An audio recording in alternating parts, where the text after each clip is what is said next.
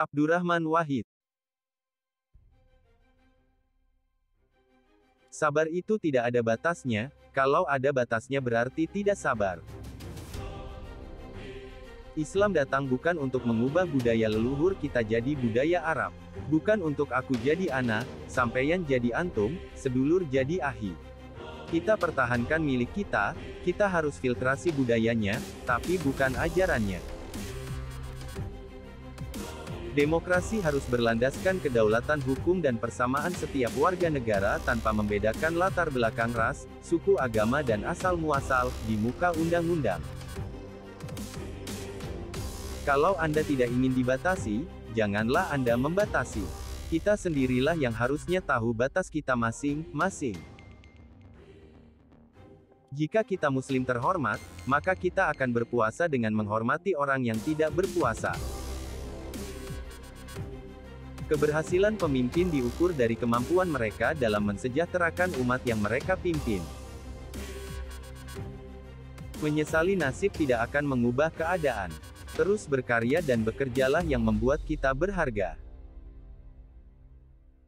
Mari kita tanya dalam hati kita, apakah kita ini berjuang untuk suatu kepentingan yang besar yaitu kedamaian dan keutuhan NKRI?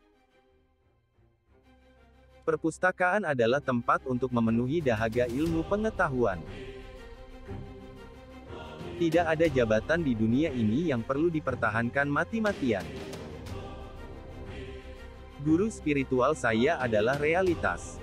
Dan guru realitas saya adalah spiritualitas. Keutuhan negara hanya akan tercapai kalau ia memberikan perlakuan yang sama di muka hukum. Dengan lelucon, kita bisa sejenak melupakan kesulitan hidup. Dengan humor, pikiran kita jadi sehat.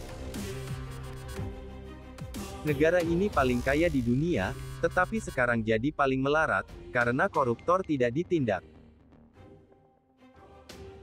Meskipun takut kita jalan terus, berani melompati pagar batas ketakutan tadi, mungkin di situ harga kita ditetapkan. Tugas pokok intelektual adalah mempertahankan kebebasan berpikir, bukan membunuh kebebasan berpikir. Bukalah hatimu dan bertindaklah dengan jujur.